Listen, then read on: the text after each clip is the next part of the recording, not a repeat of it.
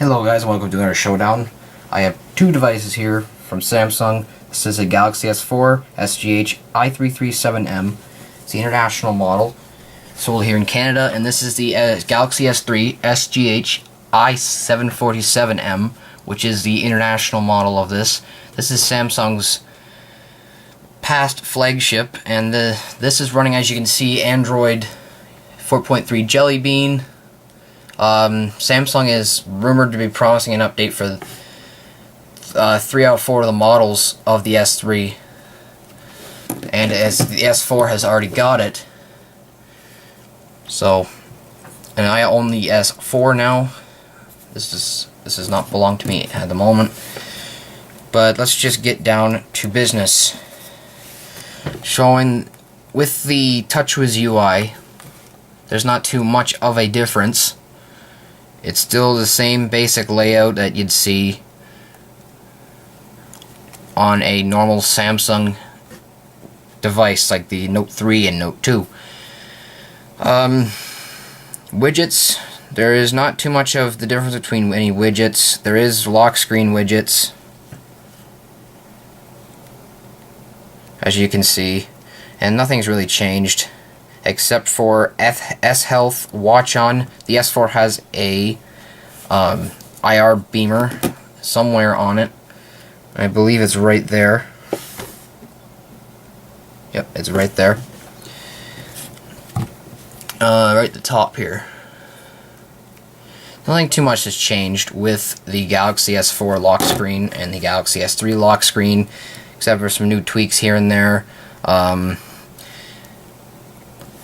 No difference between the recent apps tabs, except for this is now blue and this is still the old white.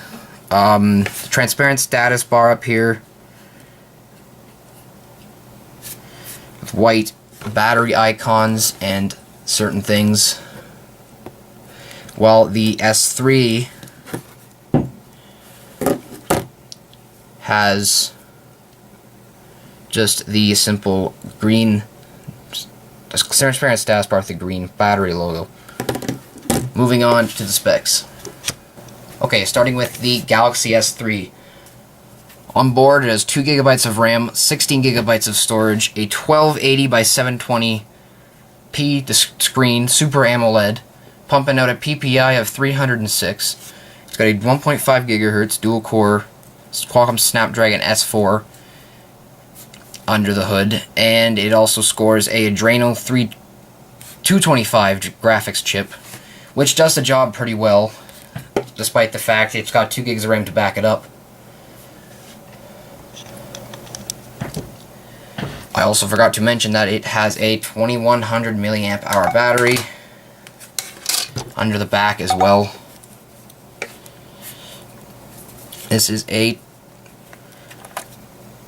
decent sized battery, does do the job very well. This is what you see in most mid-range phones now. This was $300 on Bell now.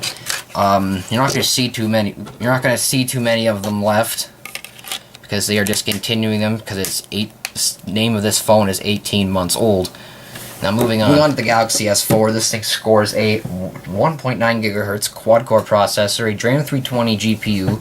On top of that, it has 2 GB of RAM.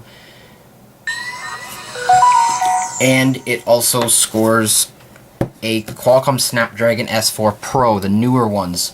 It also has a 1080 by 1920 Super AMOLED display, pumping out a pixel density of 441 pixels per inch, and it's a lot clearer than the S3's Super AMOLED screen, which only pumps out 720p. This thing also scores a 2600 milliamp hour battery, a lot more capacity. The battery door is also polyurethane carbon fiber, a lot better than the S4's, and as well as the metal bevel edge.